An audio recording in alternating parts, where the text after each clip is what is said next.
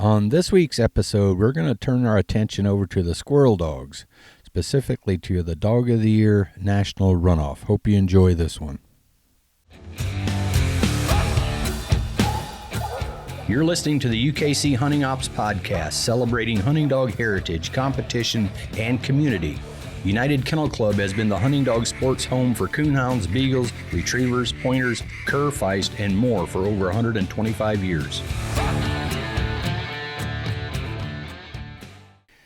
Well, hey, folks. Welcome to the program, to the podcast here. I'm Alan Gingrich, Director of Hunting Ops at United Kennel Club, and today I'm flying solo again here, but as I'm recording this, I am actually in Kentucky. We just got done with the National Dog of the Year Runoff. That was held in Hardin, Kentucky at the Twin Lakes Coon Club, legendary club in Hardin there. A lot of famous dogs and coon hunters have went through this club here in this area here, but so we had a national runoff here for Dog of the Year, and the national runoff works is very simple. We keep record of every dog's cast wins throughout the year.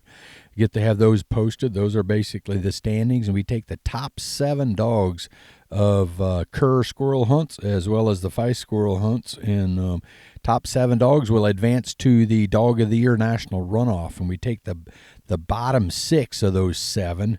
They will draw those out in round number 1. They have 3 dog casts, and those 2 cast winners, there'll be 2 casts there, those 2 cast winners will then go up in the final against the dog with the most cast wins throughout the year, top dog, top qualifier, who we give a bye to in that first round. So that dog obviously has a little edge. Only they are in the final cast automatically. So it's been a pretty good program. But we have on this episode, you're going to hear from our winners and as well as several other folks. But before we do that, I want to get into introduce you here to a couple of the folks that I got to sit down with and talk down there at Twin Lakes Coon Club. One of them is Doug Marlow from Illinois. So to start off this podcast, I'm just going to get right into it. I'm not going to say a whole lot. We'll let Doug tell you where he comes from, all this and that. So have a listen right here. Here's Doug Marlow. So how many dogs did you say you have at your place right now? How many do you keep? I think I got 12. 12, yeah. But there's a lot, half of them, the little pups. Oh, yeah. So is that a coonhounds, different breeds? What is it, all just squirrel dogs? They're or all feist. Are all feist? Yeah. That many of them, huh? Yeah. Yeah, so, there's one cur there that's jamming bow bred that I'm training for a fella, but outside of that, everything on the place is feist. Yeah. Hey, what did you start with as a kid?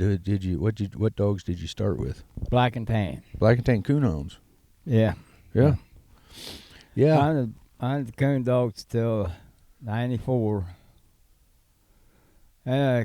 My Super 6 stud dog died in 94, and I quit, got divorced, quit, and I run beagles for a little bit, got pretty big in that, had 30-acre running pen. I was training beagles for everybody all over the place. I had dogs coming from the south and the north, and this didn't fill the gap.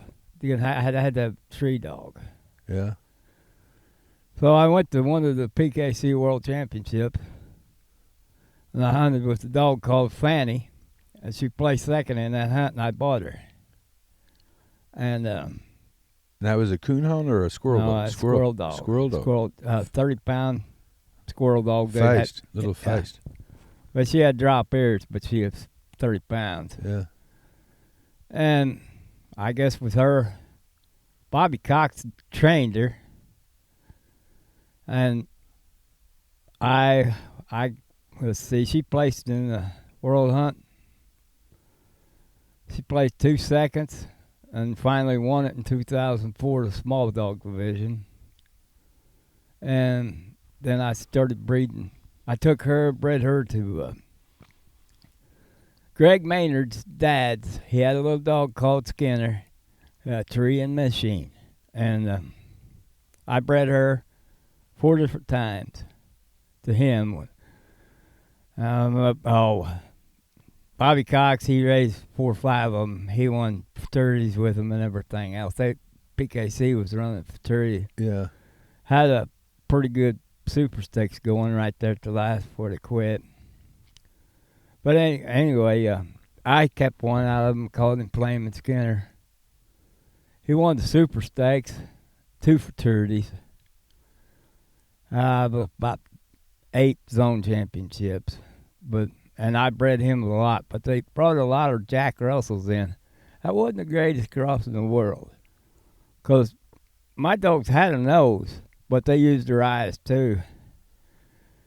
He bred the nose out of them, and I didn't have one Jack Russell that ever come out of that, keeping them for stud feast, and stuff like that. Never had a lot of luck with that, but I've been line breeding since 2004. I mean, I've tried to keep Fanny in the 3rd generation all along, but it's got past that now. But I try to keep Skinner in the 3rd generation most of the time. So you're talking about Fanny and Skinner breeding her to that Skinner dog. What year was that?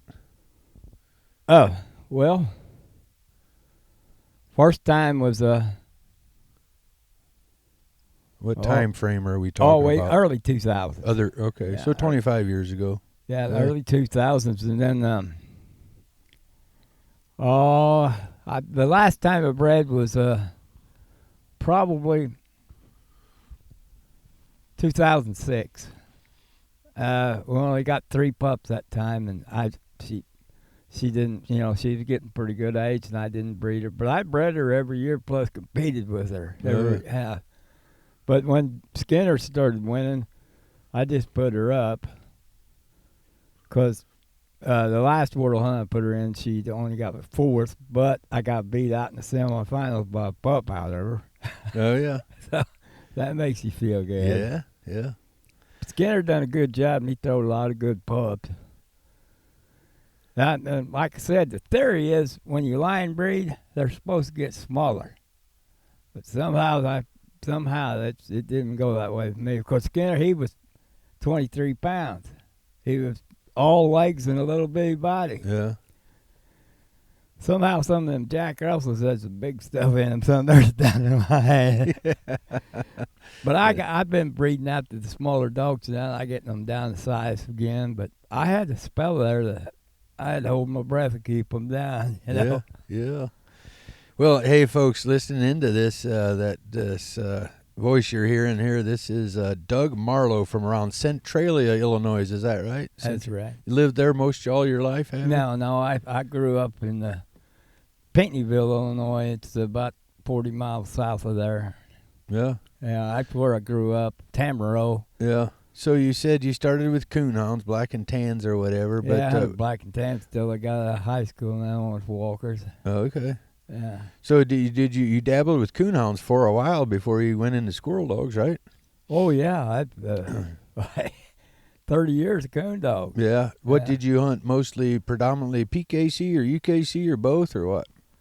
Well, I started in the UKC, but once PKC got started, I had 1806 is my number in PKC. I was one of the early, back they calling it PCA when I started. Yeah, matter of fact, it was where you're at. That was really a area for it, really strong area for it. Yeah, we every weekend. Well, actually, they got to the point where you can hunt every night of the week. Yeah. I mean, they was a club having a 1-hour hunt every night of the week. Did you have some good ones win any big hunts back in those days or what? Yeah, that Psycho dog, I figured it up one time. If I still had him, he probably would have, if I'd have won in this day and age, he'd probably been a $250,000 dog or more. Oh, yeah. Because he won 2 state hunts, the Spring Classic, and placed 2 zone championships, and then 4th place in Super Stakes. Hey, he was a dandy. Yeah. I mean, when he died, that just about, I had a pup out of him that was pretty good, but how was he bred? he was out of High Plains Gutter. Okay. Mundo bred. Yeah. I had a female that was out of Silver Creek Mundo, They called her Mindy. She was a winner too. Yeah. She was a dandy. Then what about the black and tans you had? What strain of dogs were they? Nothing special. Yeah. I mean, the first black and tan I had, I think somebody put a set of papers on him, you know. Oh, yeah. Yeah. But, you know, I did like, you know, that Tennessee big wheel. Yeah. That goes way back. Yeah, well, I'll go way back. I've been doing this forever. You're what, 60-some years old? You're about retired. I'm 64, and I started hunting at 10. I hunted my first competition at 13 and won the cast, and I've been hooked ever since. Oh, yeah. Yeah. Remember where that was? Yeah, it was in Cesar, Illinois. Oh, yeah. Yeah. Yeah, Terry Walker area, Terry Walker country. Right, yeah. Yeah. Yeah, so eventually, you kind of got your feet wet or dabbled with coonhounds, and eventually you kind of, when did you kind of give up on all the coonhounds and just do squirrel hunts? When did that happen for you? Well, now I had some sickness there. I had a liver transplant and a foot of colon cut out. When you take that kind of beating, you ain't going to follow coon dogs anymore. Yeah. I mean, I was... if I was going to coon hunt, I had to coon hunt 7 nights a week. I mean, that's the way I run a coon dog competitive. And, you know, I just wasn't able to do that anymore. So I've started on the beagles a little bit, but that didn't fill the tree dog. So I went to squirrel dogs. Yeah. What made you choose a feist over like a cur or something? Just circumstance? Well, because the first one that I seen that I liked, I said that's the way a cur dog's supposed, or a feist dog. I said the words I said was that's the way a squirrel dog's supposed to look, because she was marked up. All my walker dogs always had the blaze face and pencil blaze. That's what she had. She had a pencil blaze, you know, brownish muzzle or brownish face with a white muzzle and saddle black. And I said, I don't know what come about me on that. She was a 30-pound walker is what she looked like, you know. Yeah, I'd be honest. Yeah. And I said, she's a dandy, and I had to have her. After hunting with her, I had to have her. So that was one of your first feist dogs you had then? Yeah. Yeah. So let's fast forward a little bit. I guess I only got to know you since we've been coming to Hardin, and actually as we're recording this, we're sitting at the Twin Lakes Coon Club out here in my truck. Kind of a legendary club here in this area. A lot of coonhounds and stuff have went through this club right here. You probably hunted some coonhounds over here. Oh yeah, this is a big time PKC Coon Club. I mean, that place, they would be parked on the road. Yeah.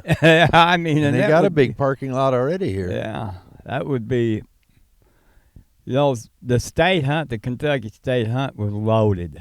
Yeah. I mean, I won it one time, and that was a big pot. Yeah. Back in them days. Yeah, heck yeah. So, so now you're squirrel hunting a lot. And you said you keep about a dozen dogs, and those are all feist now, huh? Yeah, they're you know, they all look. You know how my hounds look, or my dogs look. Yeah. And I've worked hard to get that.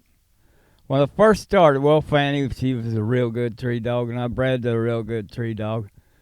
And I kept keeping the darkest ones that was hard tree dogs.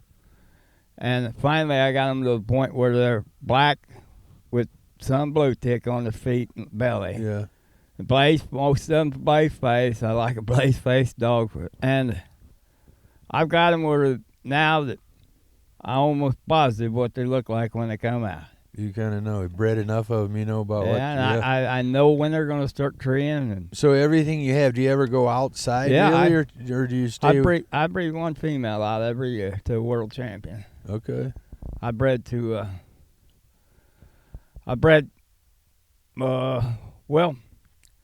out of my bloodline, there's been 11 world titles won out of Flaming Kennel breeding. Okay. They won. That's NSFBA, NSB. Mike what's his name? Anyway, he won a couple while I was sick. Okay. And it was, and then I won I won the PKC World Hunt a couple different times and was a reserve champion several times. Mm-hmm. Skinner won all that stuff too. But I've produced a lot of competitive dogs, but they don't all fit the bill of every squirrel hunter. Yeah. As a feist hunter. I mean, actually, I'm kind of the outcast of feist dogs, to be honest. What about in the summertime? Do you hunt? Are you hunting the summertime? Leaves on, and it doesn't matter. You still run your dogs. Yeah. I train just like I do the coon dog every day. Yeah. I hunt 3 dogs in the morning, 3 dogs in the afternoon, 3 in the evening. You ever solo them at all, or not really? You Yeah, just run, yeah. Do you? When they're ready for a coon hunt or for the squirrel hunts, I solo them. So you pretty much just run your own dogs. You don't really run any for anybody else anymore. Huh? Yeah, I do. I you? usually keep 3 or 4 around there that I'm training for somebody else just to pay for the dog food. Yeah. You know. Yeah. And my travel expenses. I go to hunt every weekend if I could. Mm-hmm. Well, I do almost, you know. Yeah. Yeah. But I hunt all the way through the summer because the bottom I live in is a real wet bottom. It ain't very good hunting in the winter. Yeah. But in the summer, all the weeds are down because they've been underwater most of the year. The squirrels move back in there and start working acorns and stuff. Yeah. And I hunt there all summer. Dog don't get too hot because he got water everywhere. Yeah. Do you have a favorite place around the country that you like to squirrel hunt, or not really? Nah, I've seen some awful good places. I be honest, Rand Lake in Cesar, Illinois. Yeah. When they open that park up, it is outstanding. If you got a squirrel dog, you're going to score 1,000 points every time you turn them loose. Yeah. That's a big area over there too, right on Highway. What is it, 57? I think. Right, Southern right. Illinois. Yeah. Yeah, I go by there every now and then, or a couple times a year. We take that route, go through Wren Lake. We've had our UKC Shed Dog Nationals there before. Yeah. Yep, at Wren Lake. But, yeah. Well, I think, I've been begging for the coon clubs. They got 3 clubs over there. All they think about is UKC, and I've been begging them to get into the UKC. I think you got a good thing going in UKC. It's getting bigger all the time, and it's a good thing. And now you got a pup derby, and that's all. I don't know if you know it, but I've been hounding for that pup derby national for 3 years. Have you? And the first time you have it, I ain't got a pup ready. You got one this year? 2. I got 2 in it this year. Yeah. So today, as we're sitting here at Twin Lakes, Friday here, we're doing our National Dog of the Year runoff today. But tomorrow, Saturday, we're going to have our Derby deal going on tomorrow. King and Queen. I would call it the Derby Nationals. Is the way I'd take it. I think we should have a Derby National Championship. That's what you should call this. Yeah. And run all dogs together. I don't think they ought to be split cats. Well, what you're talking about splitting is we put the females all females hunt together, males hunt together is what it is. Yeah. I'll be interested to see it. Last year, this will be the first year we do that, and I guess this is only the second year for it now. But even last year, the first year for it, we had a pretty decent turnout. So I'm excited to see what comes tomorrow morning. But so, what are you running in it now? Tomorrow, what are you going to run? I got a male and female, man. Male and female, yeah. So you got somebody else? Yeah, Hayden. He's going to run the female. Okay. So what are you running? What is it? What do you got? Well, I got a female out of Bow a male dog out of Cedarwood Bow. Okay. And Flaming Little Bentley. I don't know. You remember her? You placed her in the World Hunt or something here, 2 or didn't 3 you? times. Yeah. And I got Queen of the UTFA. Yeah. And anyway, I got 2 pups. There was only 2 pups that lived out of that litter. One of them's a Charlo dog of Anna Plant. Yeah. She's a nice dog. And I got a male. She's going to be in it too, I think. Yeah. I got a male dog called Bent. And he's awful inconsistent as a pup right now, but I believe he'll be a dandy before it's all said and done. He'll make somebody a good dog. Yeah. When do you usually start yours? About what age do you find yours strange to start? Well, Not all the same. yeah, 15, 16 weeks, 10 weeks, something. I mean, yeah? yeah. I got a video here of a pup that's 10 weeks old that caught him a possum out in the pasture, and he was barking every breath. I mean, Yeah? he's 5 months old now, and he's going to be a dandy. Oh, man, he's an intense street dog. He's out of my son dog that I placed second with last year in the UTFA. Okay, yeah. And he's going to be a dandy. And that's the reason why I'm selling the bulldog, because you can't train them all. You got to pass them. Yeah. And I really do like starting young dogs, and I probably will never make the Hall of Fame because I don't hunt one long enough to make the Hall of Fame. Yeah. I like to hunt campaign young dogs and then pass them. Yeah, there you go. So, well, hey, Doug, I appreciate you sitting down here with me this morning, and I don't want to take up too much of your time. I don't know what you got planned here for the rest of the day. We're just kind of all sitting around here and seeing how this whole Dog of the Year shakes out or what have you, but looks like it's going to be a nice day here in Kentucky for it. That's for sure. Yeah, it's going to be. They was talking heavy winds today.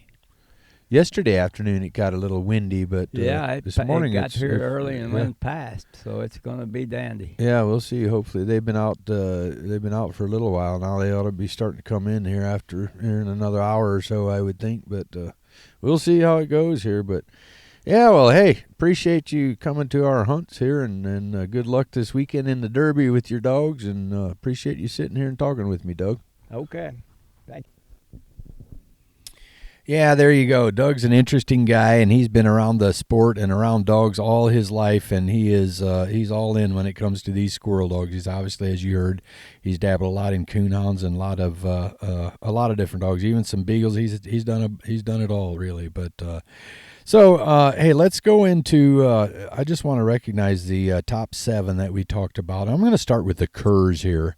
In the top 7 here. Were the top dog last year was last year's dog of the year. He's a world show champion, grand squirrel champion, Hall of Fame, and the only Hall of Fame dog in curs. Grand champion Gamble's Burley HTXS, which the S stands for Squirrel. He's a mountain cur that is now owned by Kevin Gable Jr. of Indiana. He had 16 wins last year. He had previously been owned by Leroy Gamble, that is from the Hardin, Kentucky area, and it was Leroy he had him up in the first place in the first number 1 qualifier 2 years ago, and he came back, or he won this Dog of the Year award last year. So here he is back again at the number 1 number 1 qualifier again. Burley there. Number 2 qualifier was a grand champion Thunder's Black Rooster. That's also a mountain cur owned by Alan Franklin out of Ohio. He had 10 wins. The number 3 spot was taken up by a squirrel champion Haley's Earl. That's a treeing cur owned by Haley Bond of Kentucky with 7 wins. Number 4 spot is a grand squirrel champion 2020 Amazing Grace. She's a mountain cur owned by Scott Blevins of Indiana, 7 wins. It seems like whenever the Dog of the Year rolls around, Amazing Grace, that's her time to be out of it. She came in heat again. Seems like this has happened to her several times. So she was not at the Dog of the Year runoff, at the national runoff, because of that.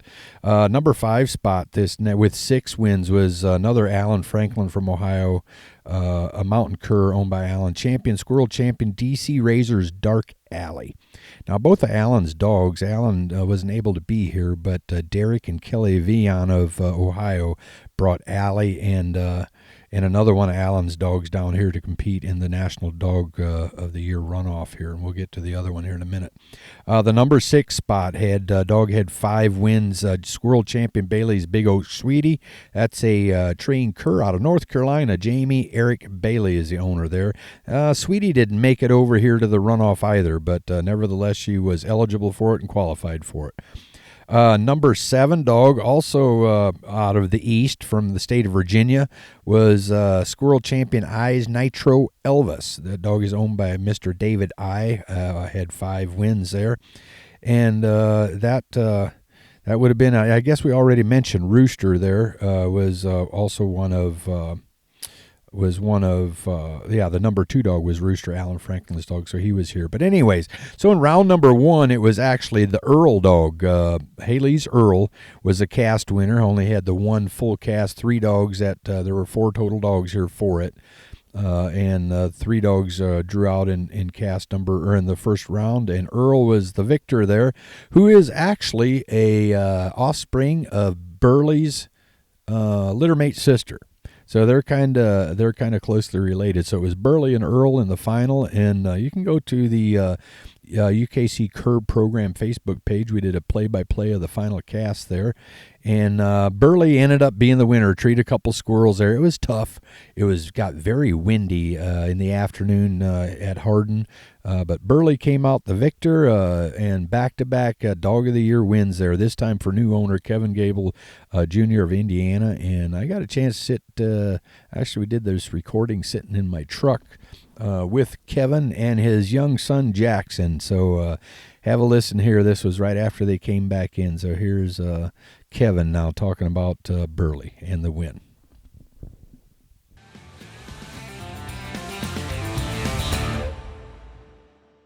Alan, you've been feeding Eukanuba dog feed for a while now. What are your thoughts?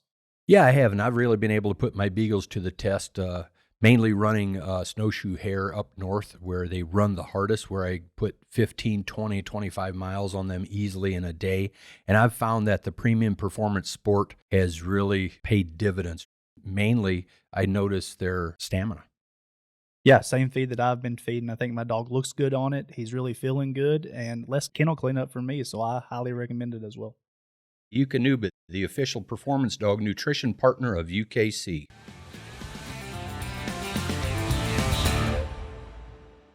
Well, here we are, Friday night. Burley just won the national runoff again. Second year in a row for this dog, but you didn't own the dog a year ago, Kevin. Tell us a little bit about the dog and how you got in, how you acquired the dog, or how did you find out about the dog to begin with? I've been kind of looking last probably 3 years for what I consider a squirrel dog, and bought several feists and bought a couple different curs. And Justin Mitchell, I asked him, I said, where's a good squirrel dog at? And he said that Leroy just priced Burley, and I come down the next day and bought him from Leroy. That was towards the end of September. And then I mostly bought him just a squirrel hunt, and Leroy asked me if I would finish the rest of the year out with him since he had him partially qualified, and I told him I would.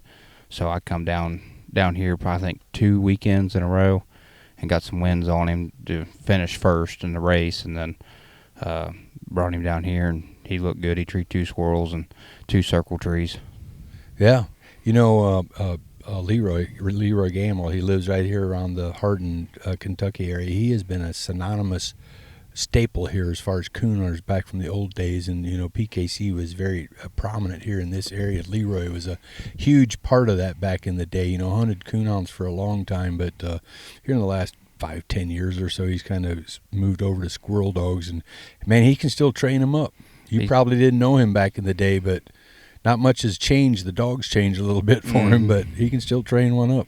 Yeah, he's done real good with Burley. He handles, and as a true squirrel dog, don't make a lot of extra trees and has squirrels when you get to him. Yeah, I remember last year after he won it, you know, it was his deal. 2 things he told me he wanted to try to get him up there in the top in the standings with the most cast wins, and he got him to Hall of Fame. Did that. He actually ended up second in the world hunt, so he had a lot of success with him. So yeah, obviously you got a good one, and did the same thing, comes back and does it again this year. So hey, we've got your son Jackson. Jackson, how old are you? 8 years old. 8 years old now. How do you like this squirrel hunting? I like it. Is Burley the first dog you've hunted here, or squirrel hunted with, or have you hunted other dogs? I've hunted other dogs. Have you? What do you like about Burley? I like how he trees squirrels. Yeah. Did you get a bunch of squirrels in season with him this year, or what? Yeah. Did you? Are you going to handle him in some squirrel hunts too, or what? I already have a little bit. Have you? Yeah. I think I'm done for the year. Are you done for the year with him? Mhm. Yeah. Well, he's turned out to be a pretty doggone good year. So, yeah, you said you had in this final cast, you said it was windy, wasn't it? Yeah, it was kind bad. Of kind of miserable this Yeah, it was bad windy. It was probably blowing 15 mile an hour. He finally got over into some pine trees. We treed 2 dens out of the truck and then got in there and got in some pines, and both the squirrels we treed was in pine trees. Yeah. And he was up against, actually, that Earl dog that you were up against. Leroy told me that was actually Burley's, off of Burley's sister, I think, littermate sister or something. So 2 closely related dogs. Well, I think Leroy done a lot with him too before them guys that got him. Yeah. So I know you said this is pretty much going to be it. You don't know if you're going to put him in our World Hunt or not yet, but you got any other plans for him? Probably putting him some of the money hunts, maybe. Nah, probably not. I bought him strictly to squirrel hunt. I get more enjoyment out of the squirrel hunting part of it than the hunts. Yeah. But Angie's definitely going to take him to the World Show, and then if I don't, it's the same weekend as the PKC World. Oh, yeah. So yeah. if I make it through the PKC World to Saturday, I won't be able to go. But Yeah. if I'm able to go, I'm probably going to at least take him and hunt him in that. But Yeah. that's the only plans I really have right now. But Just let him be a squirrel dog from here on out. yeah, we've had a lot of fun with him. We killed over 700 squirrels to him this season. That's incredible. Yeah, we had a super good. But I was down here at the LBL several times, and we went to Michigan. We was a little bit everywhere, but something for me and Jackson to do. He had fun doing it, and I enjoyed doing it. Heck yeah, and he's probably a good dog for Jackson to play with too, for sure. Yeah, he can handle him. He spends a lot of time in the house and in the barn with Jackson. Oh yeah, there you go. But the other thing I may have mentioned it, but he's a Hall of Fame dog, and I think the only cur dog has that Hall of Fame title on him as well. So, and I don't think we have anything that's even close. So, anything else you want to add to it, Jackson? Did you have fun down here in Hardin? Yep. Did you? Do you know this club right here where you're at in Kentucky? There's a lot of big name coonhounds that went through here. Yeah. Yeah, maybe someday you'll read about some of those. Yeah. So, all right. Well, hey, appreciate it, and congratulations again, and have a good trip back home, and congratulations on your Dog of the Year with Burley. Yep. Thank you. Thank you. All right. Yeah, there you go. Most of the guys that know Kevin Gable, he's a coon hunter, and he's been very successful at it for a good number of years now. He does a lot of travels all over the country and has won a lot of hunts, enters some big money hunts, and he's had some big dogs come through his kennel for sure. Some big name dogs, big money, little money. And now just recently kind of started dabbling a little bit into the squirrel dog stuff, and he is Burley's getting a little bit of age on him, I guess now, but he got him just to be a squirrel dog, and he was the #1 qualifier, so he wanted to make sure he brought him down here to the national runoff and gave him an opportunity to win it in the position he was in, and he made good on it. So. Yeah, but I think as you heard Kevin talking about, Burley's probably just going to kind of be a squirrel dog from here forward, but we'll see there. But nevertheless, congratulations again to them. So this next feller that I got a chance to sit down with at Twin Lakes Club there in Hardin while I was there for the weekend was a competitor who was here with a Feist dog. Mike and his brother Marty Kelly from Ohio, and Mike Kelly's been a breeder of Feist dogs for a good long while. He's just had a lot of success with it, but Mike's he's very knowledgeable, obviously, and he was a little shy about getting on here and doing the podcast here, but I kind of talked him into it. And I really appreciate him doing that, and I really enjoyed the conversation I had with him, and I think you're going to enjoy it as well. So next, without further ado, I want you guys to listen in to Mike and Marty here, this interview I did with them. So here you go. Super Sport, he was one of your big dogs back in the day, wasn't he?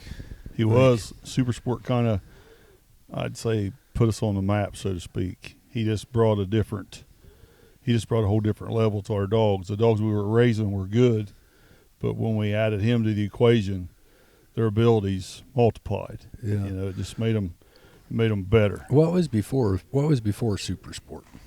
Before Super Sport, I kind of went and bred a different dog here and there, but we used some other dogs that we had at the time. no one would recognize none of them because they never went nowhere but out of our kennel. But Marty raised a little dog. It was a Buckley dog. We used it. I went down and visited Jack and bred a couple dogs down there, a couple of Jack's dogs. And then we acquired Super Sport. And then since Super Sport, the other time I went out was to Nips Tucker over in Kentucky, in Grayson, Kentucky. I think Nips Tucker females are a big key to how we've got to where we are, along with Super Sport. That made a really good combination. Yeah. How long, have you always been around squirrel dogs or what? Well, I've always been around dogs. We had coonhounds and beagles when I was a kid, and I took care of Dad's dogs all the time and stuff. And I never had a squirrel dog, but I always wanted one. And I tried lots of different dogs, and I got the opportunity to hunt with a couple, but I never really had one of my own that I would call a squirrel dog. There's some dogs that'll treat a squirrel, and then there's squirrel dogs. There's a difference. Yeah.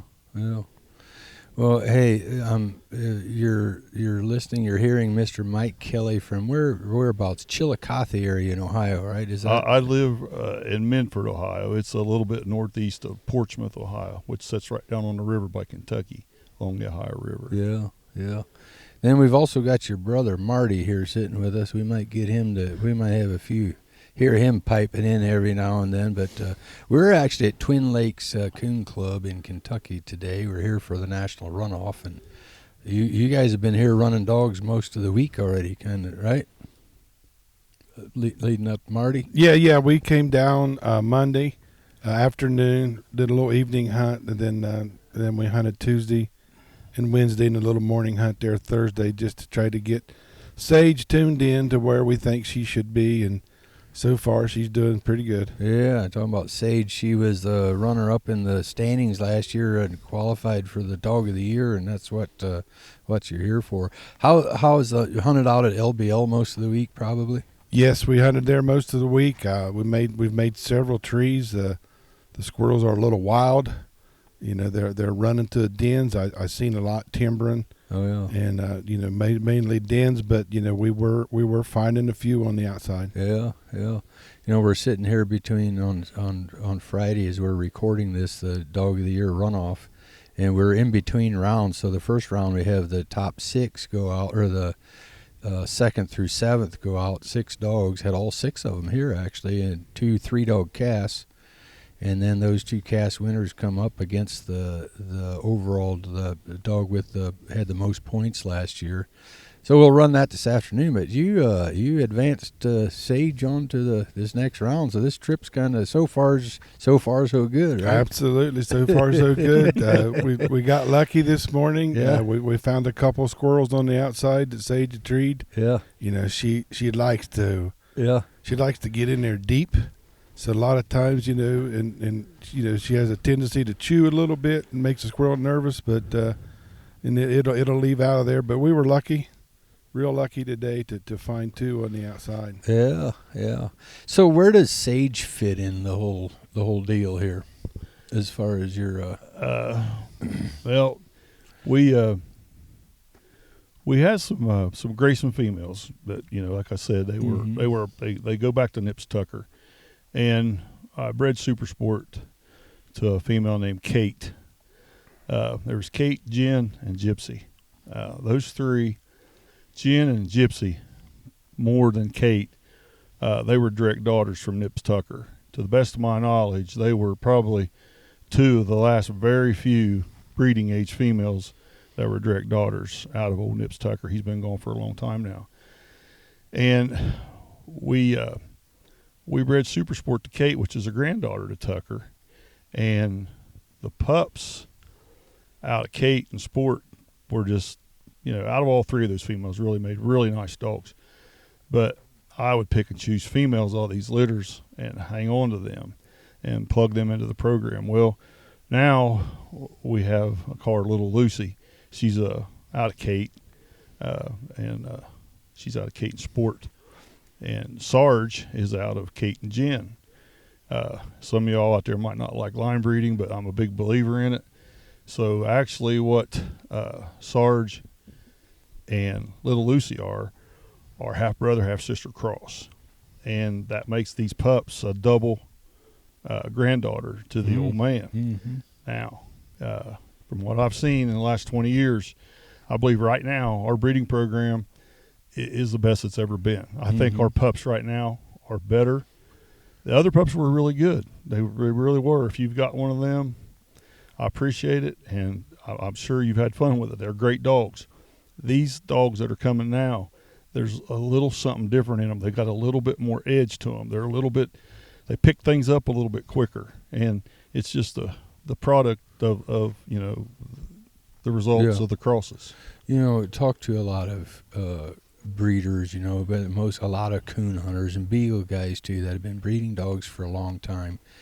And it seems to me the one common thing that the guys that have had successful breeding programs like you have, Mike, one thing that they can generally say is they basically know what they're going to get out of it. Yeah, Would you say that's true? I do. I agree.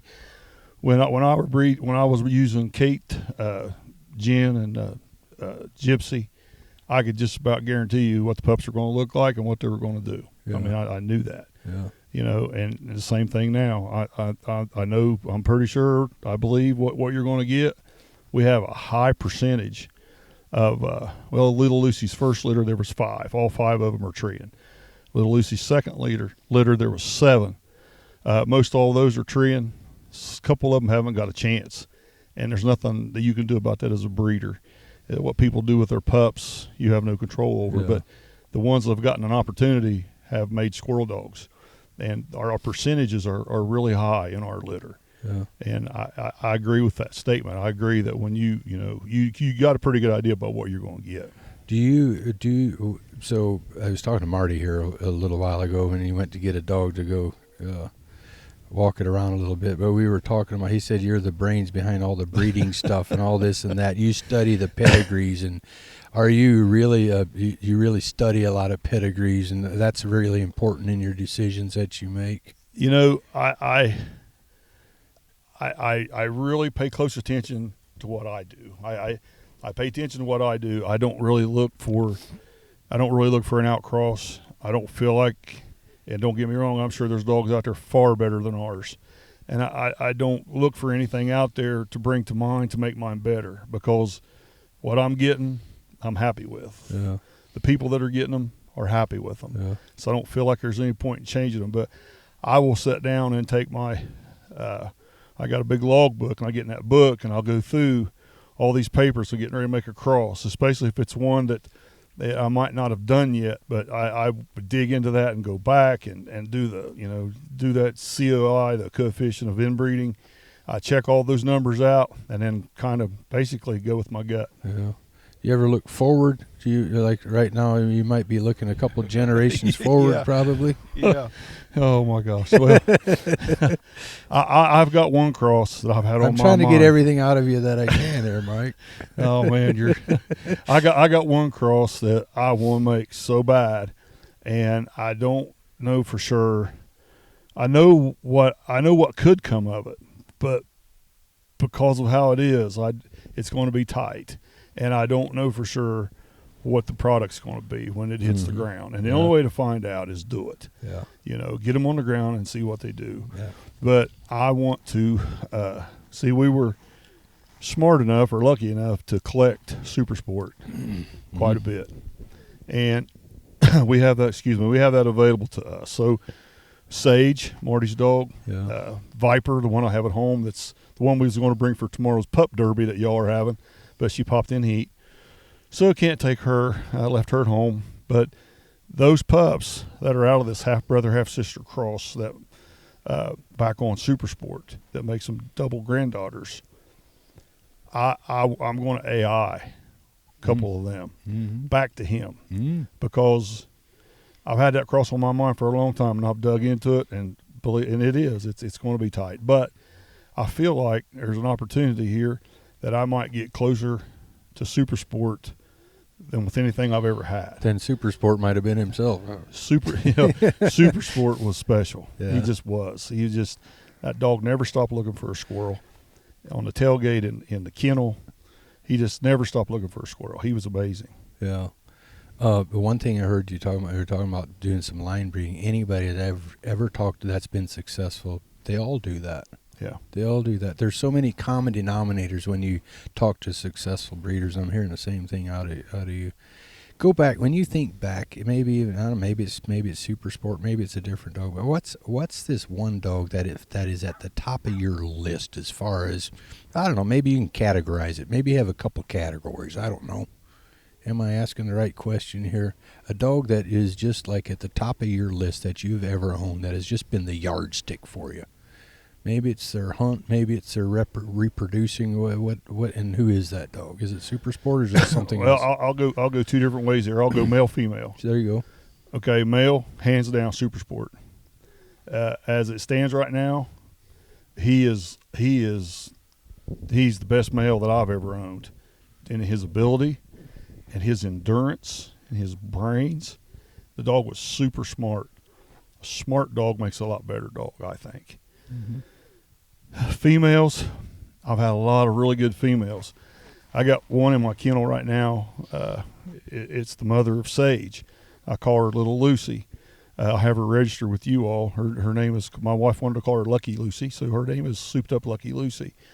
But I call her Little Lucy because we had an old Lucy. But anyway, that little dog has my heart.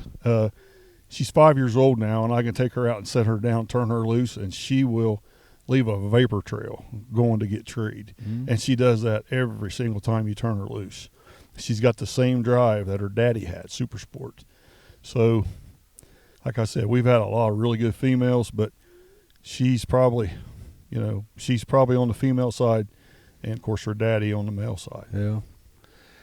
Marty, I'm going to go to you're sitting in the back seat here, but go back to you. Where do you fit in? Where did you come in all this? Well, you like probably I said, grew up with dogs too, I guess, yeah, obviously. Yeah, Mike and I used to do a lot of fishing. I think we had license in about 4 states, and he called me one day and he said, "Hey, I bought a squirrel dog." I said, "You bought a what?" He said, "A squirrel dog." I said, "Well, what are you going to do with that?" He said, "Well, I'm going to squirrel hunt." He said, "You want to go?" And I said, "Well, I'll go along. I'll see what this is all about." And then it wasn't very long. We don't have any fishing license anymore, and now we've got squirrel dogs. Yeah. But you just talking about dogs. You know, one of my favorite dogs. He's still with us. Is that Super Trooper. I don't know what year it was. 18, Mike, 19. He got third in the world down there. Yeah. Yep. Corbin, Kentucky. Yep, Corbin. Yep. That would have been, I think, in One of 2019. his specialties was retrieving, and there's guys that I've hunted with that could tell you stories of retrievals that he's made down over cliffs. And down in some of these big steep ravines, he'll get it, bring it to the top for me, saved me a lot of steps, and I just love that little dog. Yeah. You know, he's a product also, Yeah. Super Sport. I have a feeling, even though I know a lot of you've got dogs in competition, you've done very well with them, but I have a feeling even if there weren't competition, you'd probably still both be squirrel hunting. Yep. Yes, we Yeah. love pleasure hunting. We Yeah. pleasure hunt together a lot, and we have a good time. So what does during season? What is does it just hunting them nearly every day, or what? What does that look like? Myself, I'm retired, thankfully, and I'm in the woods every day, sometimes twice a day. This last year was not a good year. We had a lot of really bad weather and stuff that kind of affected things. I got some young dogs at home that are chomping at the bit to go, and as a dog trainer, to me, I feel like we're right now getting into some of the best times to train a young dog because, one, there's usually no one else in the woods unless they're mushroom hunting. All the things for a squirrel to eat are on the ground. Mm-hmm. So the squirrels are going to be down. And here shortly, young, dumb squirrels are going to be on the ground. And that's what a pup needs. Mm-hmm. But you don't have to really worry about anything else, no other hunters, deer hunters, anything like that. But from 1st of March till the way I do it is when it gets too green where they can't see, because with a puppy, it's 90% eyes till they figure the rest of it out, and that's fine. Or turkey season comes in, I'm done. I don't go back to the woods again until September. But yeah, I'm in the woods. I'm in the woods every day that I can. Not this past season, but the one before, there's 2 or 3 stretches where I hunted 30-some days in a row. It's just like my dog can't learn nothing in the kennel. Yeah. And I'm retired, and thank God I have a understanding wife that lets me hunt. Yeah. Yeah. You need that, don't you? You for sure Definitely. need Yeah, that. just like right now, we're down here having fun, chasing dogs, she's back in Ohio. Yeah. She's shoveling the kennels and washing everything down and keeping them fed. She's worth her weight in gold to me. There you go, man. Yeah. So how many litters a year do you usually raise, would you say? I'm going to say on average probably around 5. Really, that many? Huh? Four or 5. But yeah, and we usually got a waiting list. There's people on the list right now. My wife, bless her heart, this spring we're not going to raise any pups, so I won't be sending you any of my money this spring. So this spring we're not going to raise any pups. We're going to do some traveling. We haven't went anywhere or done anything, so I told her we're going to take off and go spend some time running around seeing this great country that we live in. Good for you guys. Come back and probably in fall, pick it back up and start that again. So I would assume a lot of your pups are going to just squirrel hunters, not necessarily competition hunters. Do you really here a little bit ago when you're sitting out here on the deck, you were talking about that. I got to answer your questions that you have. My answers are gonna determine if I'm getting a pup or a dog from you. Yes. Can you elaborate on that a little bit? Well, for instance, I had a guy from Texas call me up, and he wanted 3 pups. And immediately, because I used to work for a living, and I know what it takes to make a squirrel dog. And I know if you got 3 pups, and if you work for a living, and if you're married, and if you have 2 or 3 kids, those children take your time. Your wife takes your time. Yeah. Working around the house takes your time. The job takes your time. You don't really truly have time really for one pup.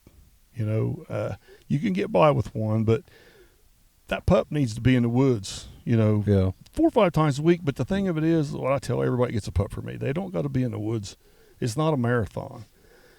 They need to be in the woods. If you can go to the woods for half hour, 45 minutes, or an hour, just let that pup learn the smells, the sights, the sounds, get used to everything. Expose him to squirrels. That's how you build a dog. You get the best bred pup you can get, and you expose him to what you want him to do. And that it's just important for you to know that your dogs are going somewhere where they get to do what they were bred to do, basically. Just like this, for instance, this guy in Texas, he sent me deposits for 3 pups. And he told me he didn't work, and he had a great big place to hunt, lots of ground, lots of squirrels. Well, pups were probably 5 weeks old. I called him up, and some lady answered the phone, and I guess it was his mother, and she said, he's not here. I said, well, could you have him give me a call when he gets back? She said, well, he's out in the Gulf. I said, was he fishing? She said, oh, no, honey, he's working. He's out there working on an oil rig. I said, well, have him call me when he gets back. So when he got back, he called me, and I told him, I said, you lied to me. So I said, your deposits will be in the mail tomorrow.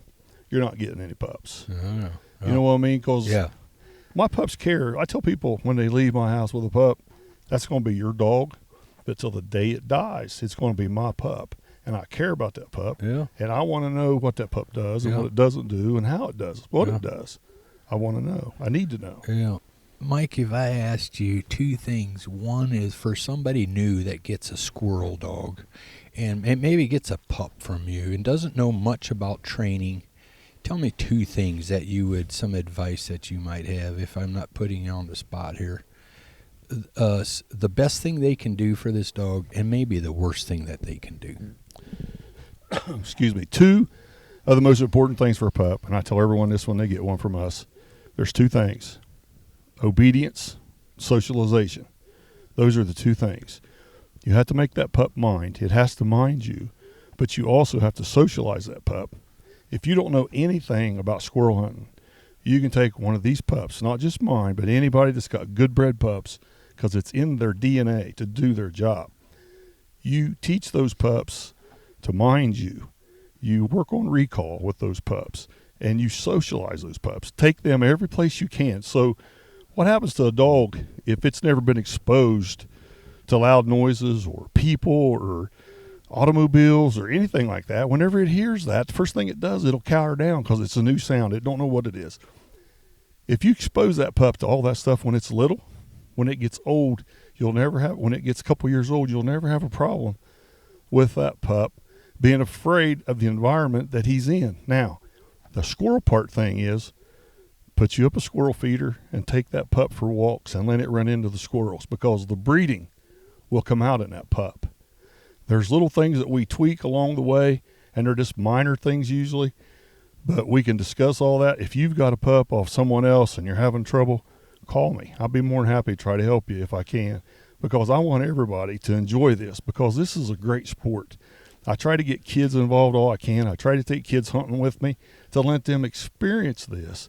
And if they don't like it, it's okay. It's not for everyone. Right. But the thing of it is, let the child decide whether they have an interest in it or not. And if they don't, it's okay. But socialization and obedience, the squirrel treeing part, generally comes natural to these well-bred pups. Yeah. I'd say that sounds like good sound advice for sure. Yeah, Marty, I'm going to ask you. You do most of the handling these days. It's if you're like me, I still love it's. I always like playing sports and stuff in school and hunting with a dog in competition, handling a dog. That's still competing in a sport, and it's just a little bit different when you add an animal into the equation. Why, it's still a lot of fun, isn't it? Yeah, it's still a lot of fun. And It's. I tell people, they say, hey, good luck, do this, do that. I say, hey, my goal is to stay out of Sage's way. Yeah. You let her go tree and tree her in, and then, you need to learn your dog. You need to, there's all those intangibles. But the worst thing for me to do is to go in there and keep her from winning. Yeah. I mean, she does a lot of treeing, and like I say, my line is I just try to stay out of Sage's way. Hey, that's a good way to put it, really, because you can do that. You can take a good dog and flat lose Sure can. lose it for him. But have you handled several dogs in competition, Marty? No, probably just that the trooper dog, like I say, when we back in the late teens when we were hunting some. Yeah. And then maybe another dog or two on the way. We got out of it. Like I say, we enjoyed the pleasure side of it. And then Sage come along, and quickly Mike, before me, both realized, hey, there's something different. Yeah. There's something special. I Yeah. said, well, let's take her to a competition. Well, she was, I think, 11 months old. And we drove way up in northern Ohio because I didn't want to be embarrassed. I didn't want nobody to know who he was or where we was from. I'm taking this pup to a hunt. And we got up Well, there. you look a little bit like your brother. I don't know how you can, everybody knows Mike Kelly. Yeah. I don't know. Well, I don't know who you're, who you're making the maddest, him or me. But anyway, so we got up there, and there was some older dogs there and stuff, and there was some champions in there, or not some champions, but some dogs that had won some hunts. And I told Mike, I said, boy, we drove a long way up here for nothing. Well, we cut her loose, and man, she did a nice job and went in there, and I won both casts that day. And Yeah. we're coming back home. We're sitting there like looking at each other like, what have we got? Yeah. So we kind of recognized it at a very early age, and then, like I say, I've just, you talked there about, Mike's retired. Well, I still have to work for a living. So basically, I get the weekends, and Sage, I do believe this. If she was in the woods 4 or 5 times a week, she probably would be a bit better than she is now, but she's still pretty good. Yeah. Hey, we were talking a little while ago. We were talking about a year ago when you were here. You had her in the Derby.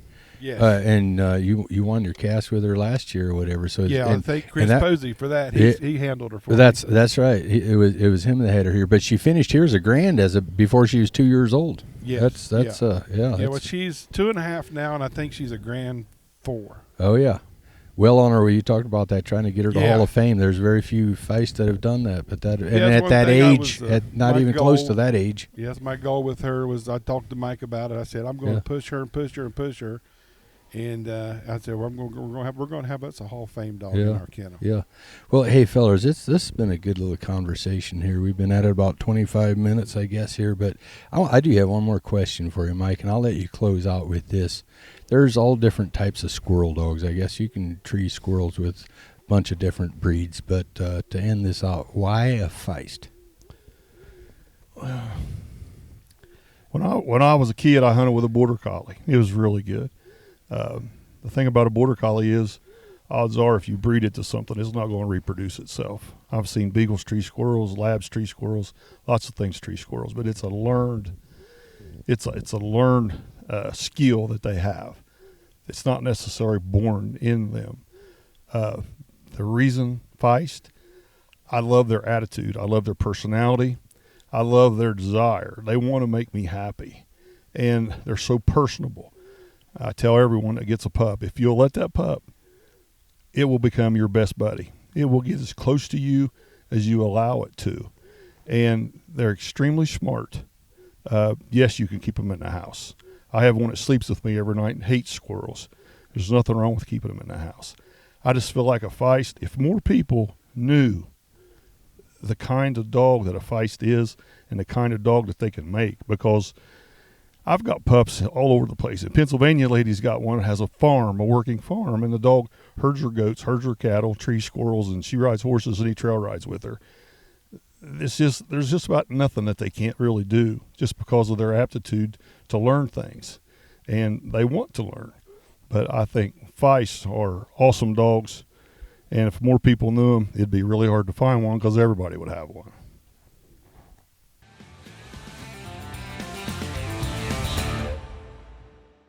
Hey, Alan, I don't know if you've been messing around with this new Houndsman Advantage app at all, but I've been playing with it some, and it has some really cool features on it. One, it has the interactive scorecard view where you can assign strike and tree points at the touch of a button, and it automatically totals your scores after each set of points are scored and valued. Yeah, no, I like it as well. Some of the features that I like is that you can access the rules and that it comes with a search function to easily find any specific rule. Also like that there's a place for your dog's registration numbers, and you can store pictures of your easy entry cards. I like that you can track two dogs' performances when out pleasure hunting. You'll find some analytics on your dogs. You can record their accuracy, win percentages, and a whole lot of things like that. No more lying here on this app. The last thing about the scorecard I'll talk about is it has the summary view as well, where you can see the total points you have and the pending points that you have, along with tree timers for each dog. So it's going to come in handy for judges as well. So check it all out on the new Houndsman Advantage app.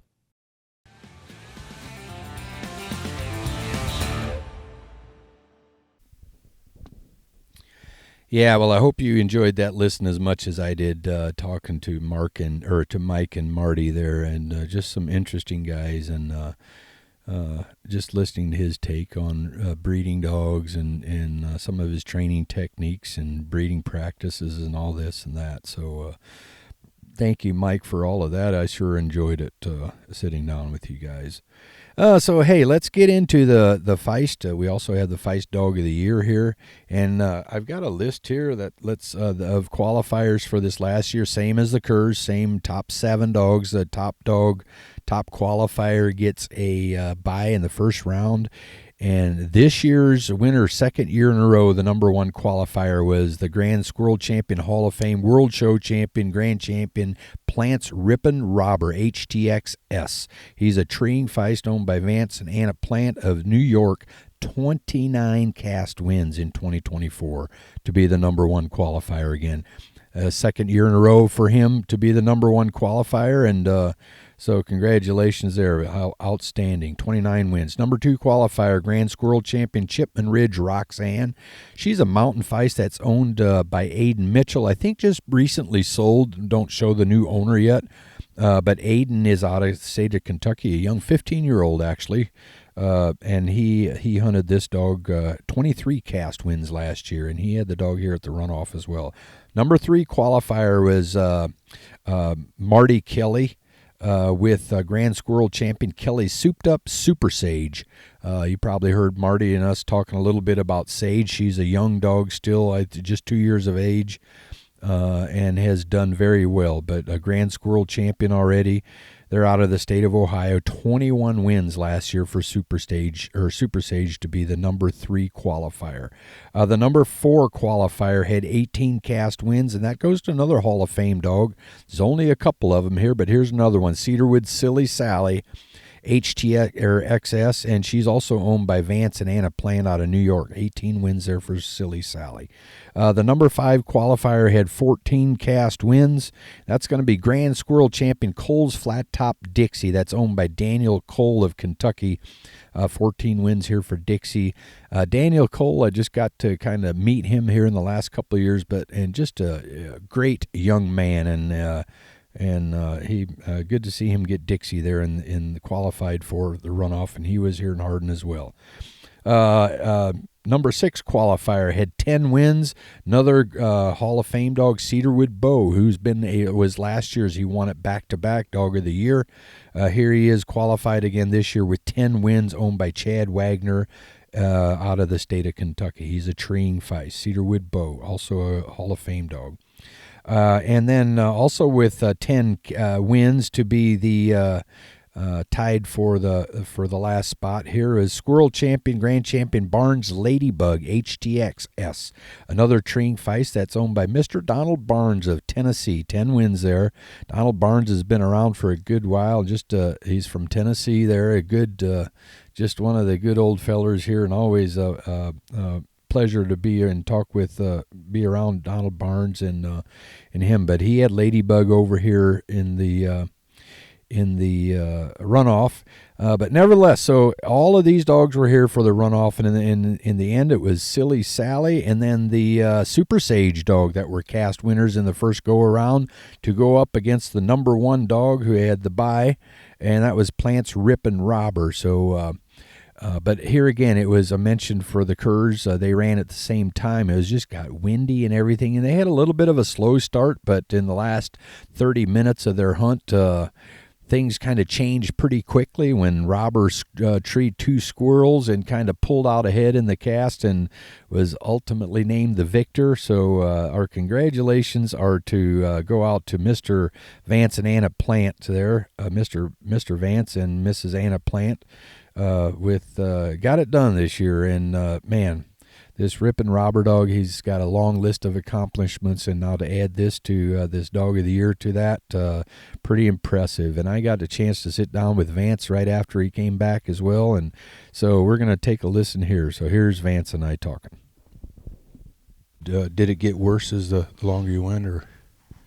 Honestly, I didn't notice after we were into it a half an hour. Yeah. It was just blowing. It is what it is. Yeah. Yep.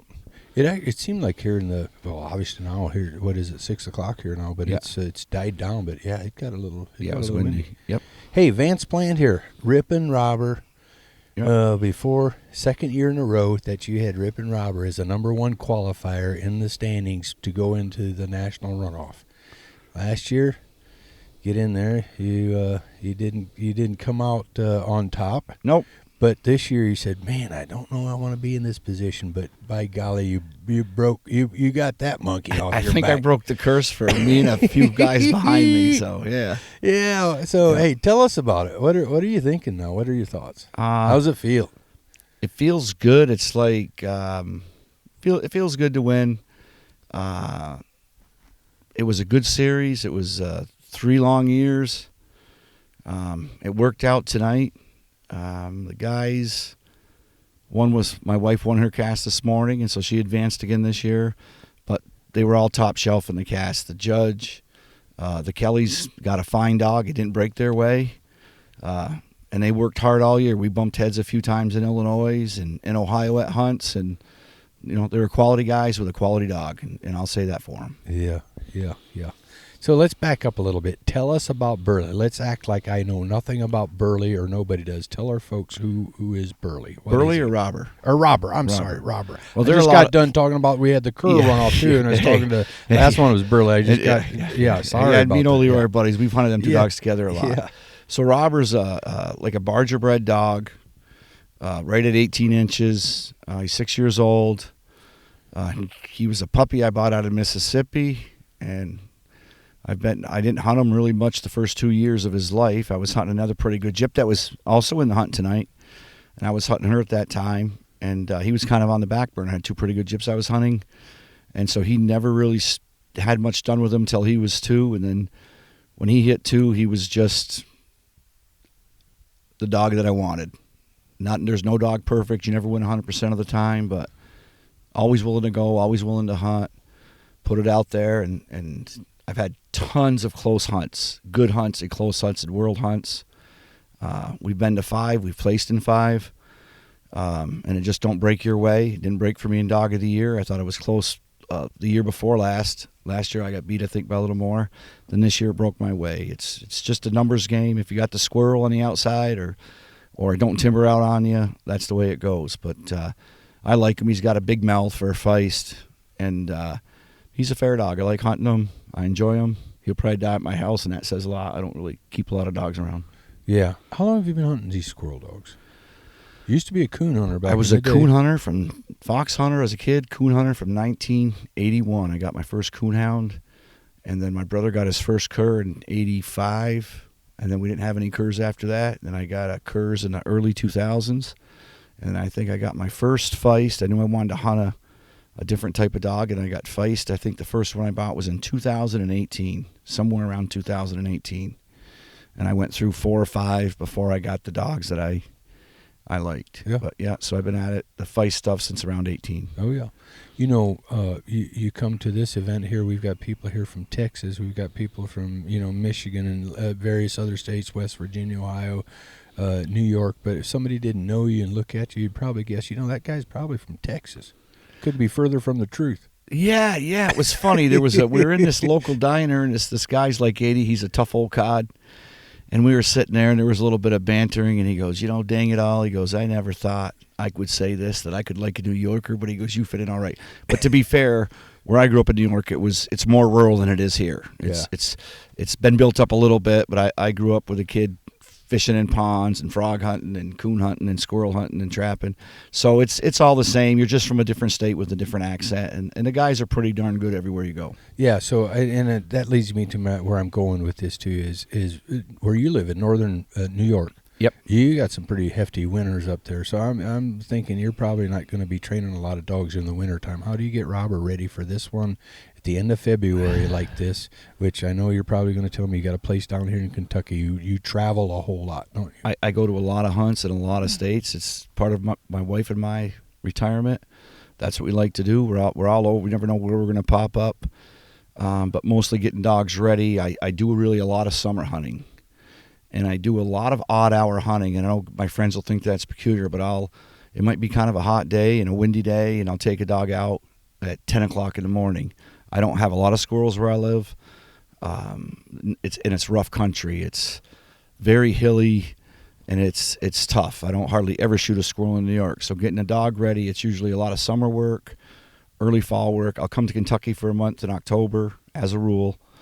And then we had some family issues this year. So from October till January, we didn't really get to hunt. We had a death in the family and just some things going on. And so this year it was like probably my roughest start getting down here and getting hunting. Yeah. It was probably an off year. But in the wintertime, when you get the snow gets over 2 feet, you can't really get into any of the land unless you got snowshoe. And you definitely don't want to chase a squirrel dog that goes out 400 or 500 yards on snowshoes. So if you're up there during the winter, it'll shut you down for a month and a half, and you might get a break and get out for a few days, and it's tough hunting up there. But I think it makes your dog better. Yeah. I think hunting on those off days makes your dogs better. Yeah. Hey, we just got done taking a photo of the wind photo of Robert there. He is built like a brick. Yeah. His muscles are bulging. He's in good shape right now. Yeah, great. he's in good shape. Looks like to be in great hunting shape. Truthfully, he got sick, got some sort of poisoning in December, and almost died. I thought I'd have to bury him. Honest to goodness. And actually, I called one of my buddies down here and asked him what to do. I haven't had much luck with things, and I thought he was going to die. He was real sick for 6 or 7 days, and he really just started, coming back the last, I'll say, 2 weeks. He really started to. Boy, you couldn't tell that looking at him. I just noticed how he was muscled up. Yep, he was blind, and he couldn't stand for like 3.5 days. And no kidding. About the 3.5 day, it broke, and he started walking and stuff. I kept him in a garage, and I didn't know if he'd hunt. He actually looked pretty bad a few times. I went to a hunt, and I drew a guy that I compete with all the time, and he minused out, and that was the first time I believe he's ever minused out. Yeah. And he's like, that dog isn't right. But then that was probably 3.5 weeks ago, and then it just started coming. He just started getting himself back. So he's probably 80%. Yeah. And yep. So he's been a couple of years in a row now. He's been the number one qualifier coming into the dog of the national runoff. Yep. He has won the world show. He is placed in the world hunt at least 2 times, maybe 3 times. 3 in UKC. 3. Yep. And I'm sure you're probably going to say there's maybe one, if anything, to win with this dog. I would think would probably be the world hunt is about the only thing. He's a Hall of Fame dog. Yep. What's next for he's for 6. him, He's approaching 6. 7. You know, are you going to breed him somewhat? I'm not really a dog breeder. What's next for Robert? I've bred a couple litters. I think I got 2 gyps in mind, maybe 3 that I'd like to work out. I'm real picky, so I'm a hard guy to please.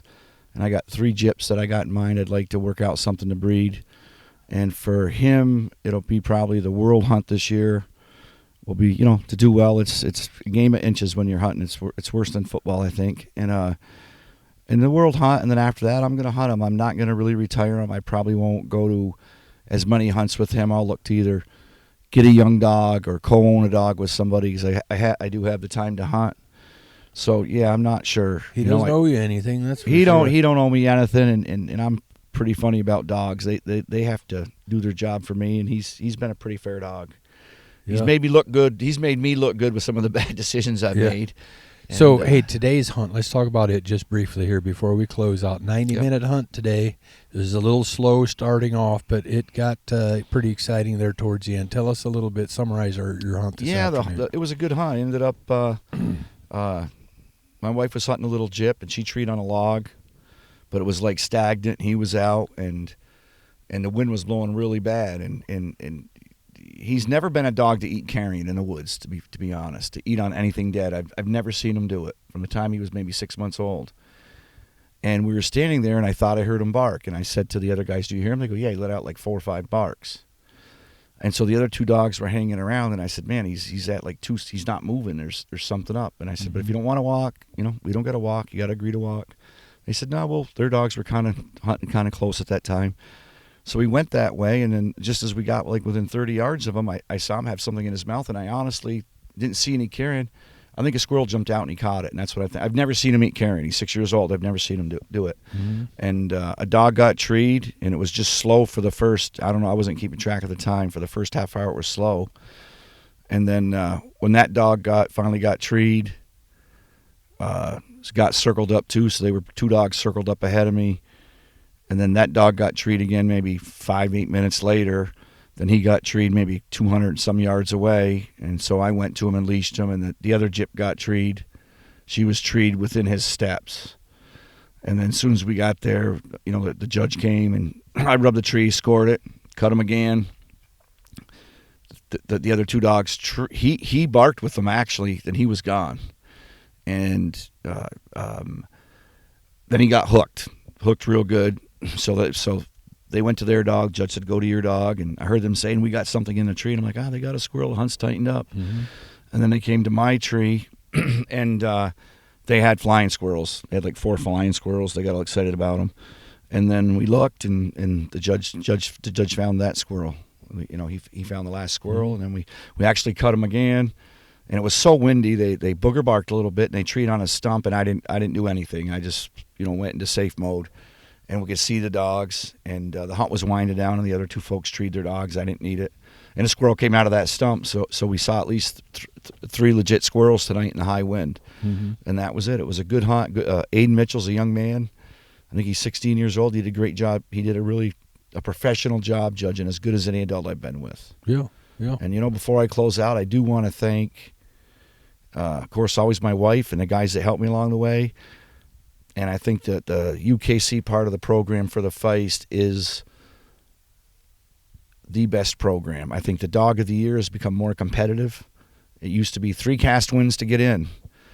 Now it took, I think 10 was number 7. It was from 10 to 28 or 29. I don't remember what I had. And there were a lot of dog guys. It was kind of reminding me of the old Purina points. They're calling each other to see, or having their buddy call you to see how many wins you had. And there were 3 dogs with over 20. And we have not, I don't believe we've had that before. Yeah. So I think that's really helped the Feist program and the quality of the event. It's running the up and up. There's no nonsense. And the judges and guides today were all phenomenal. Yeah. Well, I will say this, Vance, congratulations. But I'll also say this. One thing I've always appreciated about you and admired about you is not only as a friend, but you are truly a half-glass full kind of guy.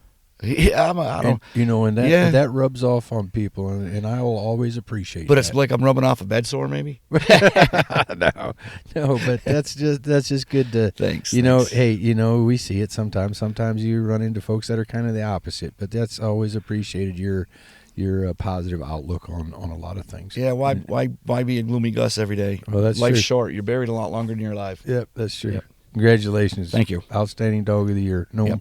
I don't think there's anybody here more deserving than you are. Thank you so much.